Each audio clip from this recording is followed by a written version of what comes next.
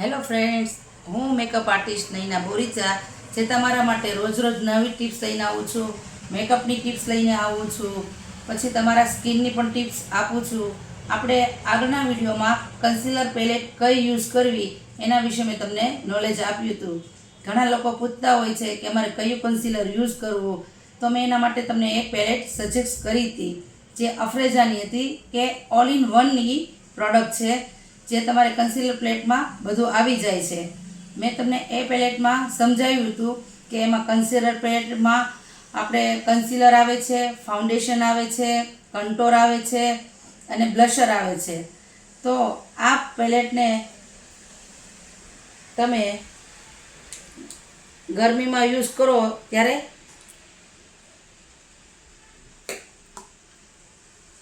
એનો મેકઅપ ખસતો નથી, કેમ કે થીક પ્રોડક્ટ આવે છે.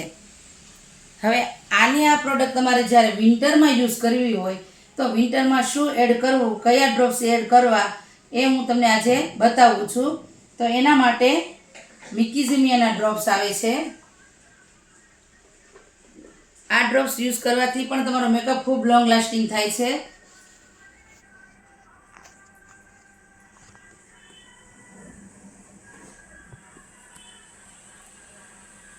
આને તમારે પ્રોડક્ટમાં એક ડ્રોપ્સ નાખવાનું,